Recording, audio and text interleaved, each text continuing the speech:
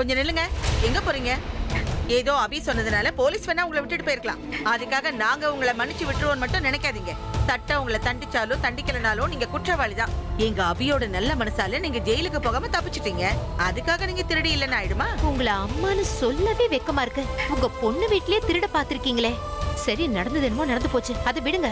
நீங்க திருடினதுல மிச்ச பணம் இருக்குல்ல, அது எங்க வச்சிருக்கீங்க? யார்கிட்ட என்னடி கேட்டுட்டு இருக்க? கேட்டா சொல்லிடுவாங்களா? கேக்குறவங்க கேட்டு பதில் சொல்லாம அமுக்கமா இருந்துட்டாங்க. பணம் இருக்கிற இடத்தையா சொல்ல போறாங்க? இவங்களுக்கு கொஞ்சமாவது வெக்கம் மானம் சூடு சொன்ன இருக்கா? இவ்வளவு அசிங்க நடந்ததுக்கு அப்புறமும் இன்னும் இந்த வீட்லயே இருக்காங்க. வேற யாராவது இருந்திருந்தா இந்நேரம் அவமானம் தாங்காம இந்த வீட்டை விட்டே போயிருப்பாங்க. அந்த அவமானத்தை தாங்கிக்க முடியாம தானே அவ இங்க இருந்து போயிட்டாங்க. பாவம், அவ என்ன பண்ணுவா? இவங்க தான் திருடினாங்கன்னு அவனுக்கு தெரியும். இருந்தாலும் இவங்கள மன்னிச்சிட்டான். போலீஸ் கிட்ட மாட்டி விடாமையும் காப்பாத்திட்டான். அவனுக்கு மான ரோஷம் இருக்கு. அதான் இவங்க முகத்துல எப்படி முழிக்கிறதுன்னு தெரியாம இங்க இருந்து போயிட்டான். இன்னும் எத்தனை நாளைக்கு இந்த திருட்டு கும்பலோட நாம இருக்க போறோமோ தெரியல. மானம் உள்ள பொம்பளையா இருந்தா நம்மளால தானே நம்ம பொண்ணுக்கும் இந்த குடும்பத்துக்கும் இவ்வளவு அவமானம்னு மனசாட்சி உறுத்தும். அதுதான் இல்லையே. ஏதோ இந்த வீடா இருக்கிறதால கழுத்தை பிடிச்சு வெளியே தள்ளல. சும்மா நின்னா பரவாயில்லையே. புதுசு புதுசா எப்படி திருடலான்னு பிளான் எல்லாம் பண்ணுவாங்க. ஏன் அத்தை, இந்த தடவை இவங்க திருடினதுக்கு அபி இவங்கள மன்னிச்சிட்டான். அதனால திருடுறதுக்கு இவங்களுக்கு பெருசா இன்ட்ரெஸ்ட் வராது. அடுத்த லெவலுக்கு போவாங்க. அப்படின்னா ஒருவேளை கொள்ளையடிப்பாங்களோ? அதுக்கெல்லாம் நான் விட்டு வைக்கிறேன் பாரு. அம்மா தாயே, இதுக்கு மேல பொறுமையா இருக்க முடியாது. இவ்வளவு பேசுறோம், கேட்டுக்கிட்டே நிக்கிறேன். அப்படியாவது மான ரோஷத்தை விட்டுட்டு இங்கேயே தான் இருக்கணுமா? உடம்புல கொஞ்சமாவது நல்ல ரத்தம் ஒண்ணா மரியாதையை இந்த இடத்த விட்டு போயிடு. வாய மூடுறீங்களா? யார பார்த்து என்ன வார்த்தை பேசிட்டு இருக்கீங்க? உங்க 2 பேரோட முட்டாள்தனத்தினாலதான் இந்த வீட்டுக்குள்ள திரும்பவும் போலீஸ் வந்துருச்சு. அதுலயும் உங்க மனசுக்கு ஆறுதல் கிடைக்கலையா? அதான் இந்த அப்பாவிய வார்த்தையால கொல்றீங்களா? இவ்வளவு நடந்ததுக்கு அப்புறமும் நீங்க 2 பேரும் இங்க இருக்கிறது மரியாதையா இருக்காது. முதல்ல கிளம்புங்க. என் கண்ணு முன்னாடி நிக்காதீங்க. இங்க இருந்து போயிடுங்க. வாங்க போலாம். ஆள் வளர்ந்த அளவுக்கு அறிவு வளரல.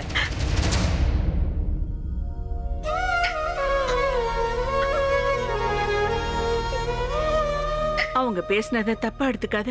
அவங்க சார்பா நான் உங்ககிட்ட மன்னிப்பு கேட்டுக்கிறேன் சரளா. நீங்க எதுக்காகமா மன்னிப்பு கேக்குறீங்க? இதுல உங்க தப்பு எதுவுமே இல்ல.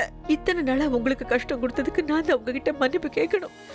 நான் இந்த வீட்டை விட்டு போயிடுறேன்மா. ஏன் சரளா அப்படி ஒரு முடிவு எடுத்துட்ட?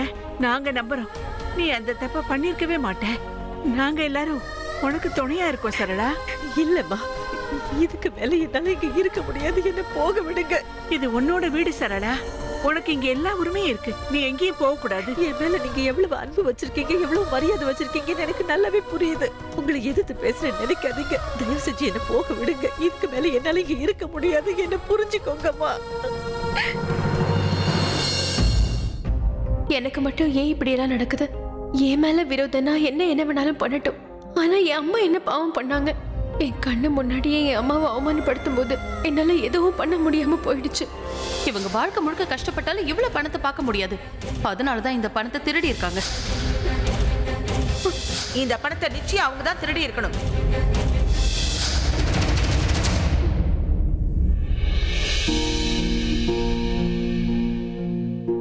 ஐயோ, இவ வேற அழுதுட்டு இருக்கா. இவகிட்ட போய் நான் என்னன்னு பேசுறது? முதல்ல இவ அழுகைய நிறுத்தி ஆகணும். என்ன பண்ணலாம்? திங்க். நான் குண்டச்சியோட கண்ணாடியை போட்டுக்கிட்டு இவன் முன்னாடி போய் நின்னா அதை பார்த்த உடனே கண்டிப்பா அழறத நிறுத்திட்டு சிரிக்க ஆரம்பிச்சிருவா.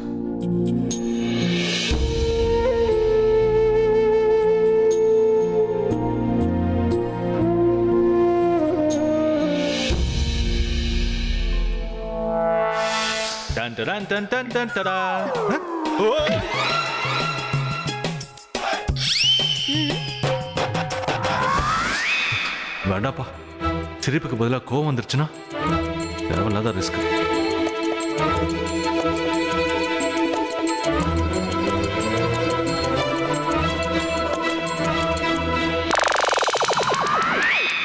இந்த துப்பட்டாவை போட்டுக்கிட்டு அவ முன்னாடி லேடி மாதிரி பெர்ஃபார்ம் பண்ணலாம்.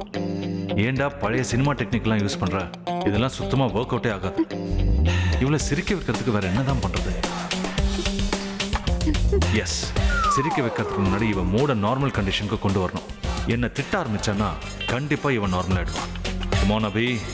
Operation Pragya start.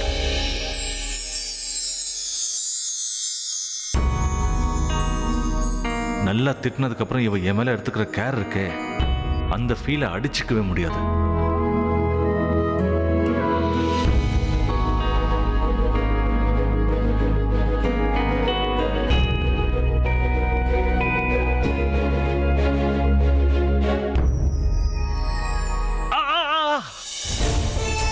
என்னாச்சு?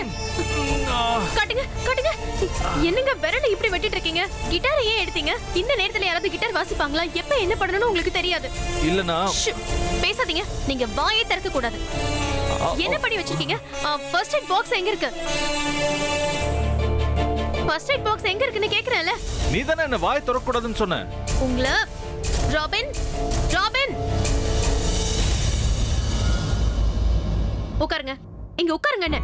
குழந்தை மாதிரி பண்ண வேண்டியது. கையில ரத்தம் வருது. ஏங்க கிட்டார் இப்படிதான் கையில வாசிப்பீங்களா? பிங் யூஸ் பண்ண மாட்டீங்களா? இன்னும் கொஞ்ச நாளைக்கு நீங்க கிட்டாரை கையிலேயே தொடக்கூடாது. அது வரைக்கும் உங்க ரெக்கார்டிங் எல்லாத்தையும் கேன்சல் பண்ணிடுறேன். நீங்க எங்கேயும் போக கூடாது, வீட்லயே தான் இருக்கணும். சொல்றது புரியுதா? எங்கேயும் போக மாட்டேன். எப்படி கட்டாச்சுன்னு தெரியல, ரொம்ப வலிக்குது. நான் ஆகாஷ் கிட்ட சொல்லி இருக்கிற ரெக்கார்டிங்ஸ் எல்லாத்தையும் கேன்சல் பண்ண சொல்லிடுறேன். கைய எப்படி வைங்க, இல்லனா ரத்தம் நிக்காது. மத்ததெல்லாம் ஓகே. இந்த விரலை வச்சுக்கிட்டு எப்படி சாப்பிடுவீங்க? ஊட்டி விட்டுதான் நீ இருக்கியே.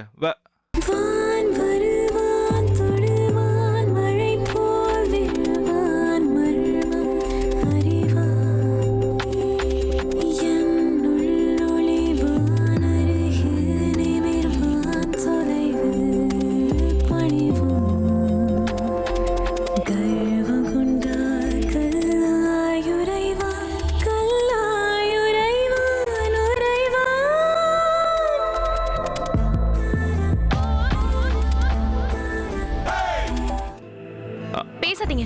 ஏதாவது பேசுனீங்கன்னா அப்புறம் இந்த பேண்டேட் எடுத்து உங்க வாயில ஓட்டி விட்டுருவேன்.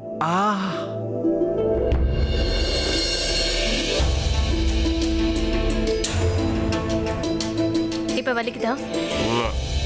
என்ன வலிக்குதான்னு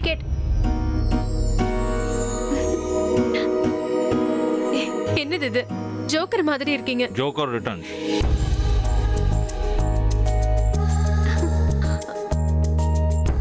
என்ன இப்படி பண்றீங்க? ஜோக்கரா நீங்க? வலிக்குதா? ஒட்டிச்சு. உன்னை சிரிக்க வைக்கிறதுக்கு ஜோக்கரா மாறுறதுக்கும் தயாரா தான் இருக்கேன்.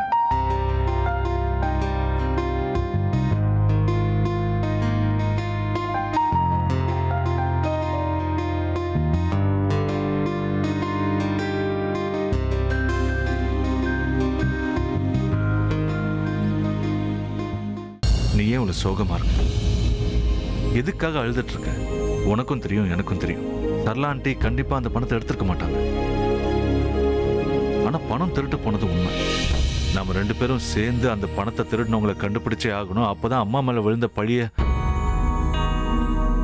பொய்யாக்கி அவங்க நிரபராதின்னு ப்ரூவ் பண்ண முடியும்.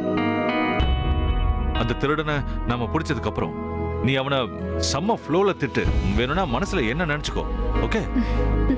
ஆனா இப்ப எனக்கு வலிக்குது. கையை காட்டுங்க, நான் பேண்டேட் போட்டு விடுறேன். வலிக்காது.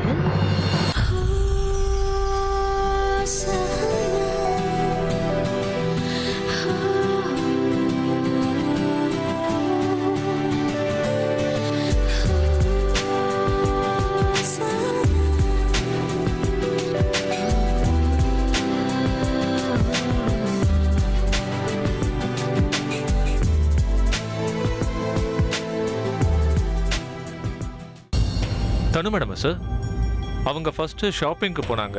அதுக்கப்புறமா ஒரு காஃபி ஷாப்புக்கு போனாங்க. அங்கே காஃபி குடிச்சிட்டு அதுக்கப்புறமா யாரையோ பார்க்கறதுக்காக ஹாஸ்பிட்டல் போனாங்க. அதுக்கப்புறமா அவங்க வீட்டுக்கு போகலான்னு சொன்னாங்க. நானும் கொண்டு வந்து ட்ராப் பண்ணிட்டேன் சார். அப்போ வேற எங்கேயும் போலியா? இல்லை. நல்லா தெரியுமா? தெரியும் சார். சரி, நீ கிளம்பு. Thank you sir.